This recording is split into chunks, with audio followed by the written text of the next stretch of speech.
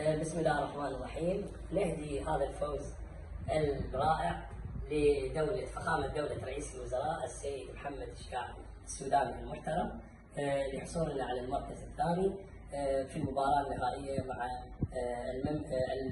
المنتخب المغربي الشقيق الممثل للبلد المنظم صاحب الأرض والجمهور. الحمد لله والشكر، قدموا الأبطال مستويات رائعة، وأيضا حصولنا على المركز الثاني بحد ذاته هو إنجاز بقلة العدد.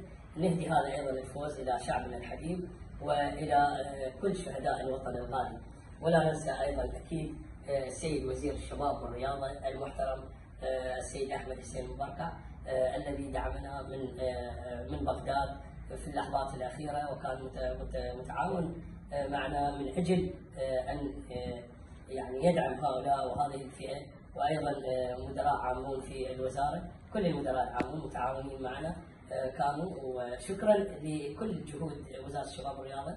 وأيضا نشكر اللجنة الأولمبية الوطنية العراقية. إن شاء الله القادم أفضل، هؤلاء الشباب يستحقون الكثير من مخصصات رواتب والاستمرار ديمومة فكرتهم ومشروعهم. إن شاء الله لازم يكون لهم هناك الدعم الكافي من خلال تخصيص رواتب شهرية أو يعني شمولهم بمنح الأبطال